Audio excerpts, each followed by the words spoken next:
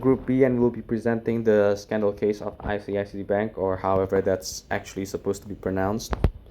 So the key actors in this case are as follow: Chandra Kochar and Deepak Kochar. These two are husband and wives, are and can be considered the main culprits.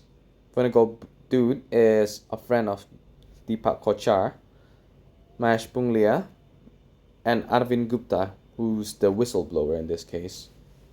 Now, the former CEO of ICICI, of course, she's been fired now, is Chandra Kochar. The picture of the lady is a picture of Chandra Kochar, and the guy next to her is obviously Deepak Kochar, her husband, one of the co-owners of Videocon, which is what this scandal is all about. She joined ICICI as a trainee in 1984, specifically as a management trainee, and after rising through the ranks, she was appointed CEO on 2009. By 2017, she has reached a lot of awards, one of which is being awarded the title of the fifth most powerful women in the financial world, according to Forbes magazine. And during her time as CEO, she also proposed a board resolution that gave her a swath of massive benefits she can choose from.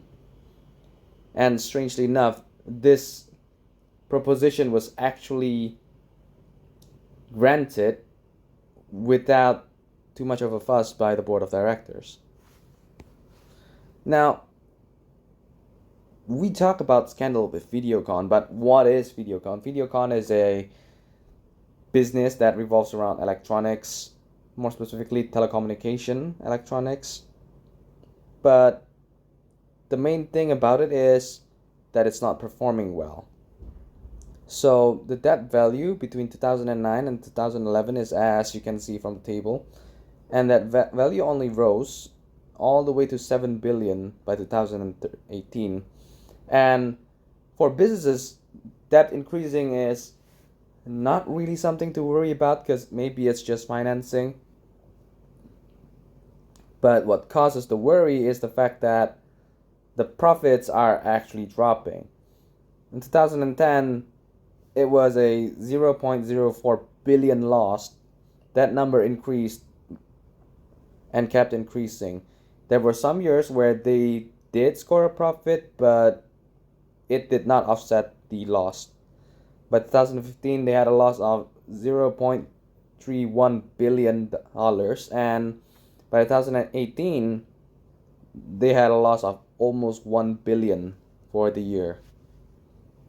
Now, Kochar is a credit committee in this case for the ICICI case, and one of her responsibilities is she was the one who had the rights to approve high-value loans. Now, between 2009 and 2012, 3 loans were issued to Videocon and some other companies revolving around her husband, but we're gonna focus specifically on Videocon for now. And while there were some investigations lodged back then, they came out empty. So, yeah. Now, New Power is another company owned by Deepak Kochar and his friend, as you can see on this table, Venugopalan Dude. And yeah, after the whistleblower, Mr. Arvind Gupta, blew the whistle on them, another investigation was launched and they were finally found out. Now, when they were found out, the board of directors instantly turned their position. At first, they were defending Kochar, but eventually they just decided to fire Kochar and they gave her some punishments. Those punishments included her missing out on all unpaid bonuses. She was asked to repay all bonuses, and all of her stocks are confiscated, basically.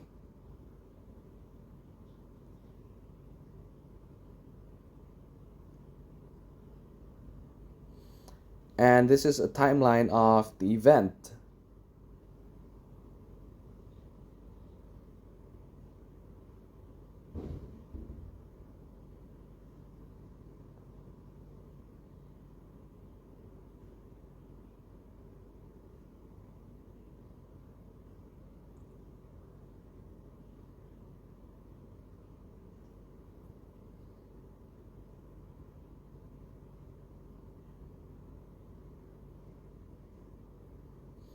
Now, obviously, Kochar did not take this lying down. She actually tried to went to court about this, which, of course, she ultimately lost.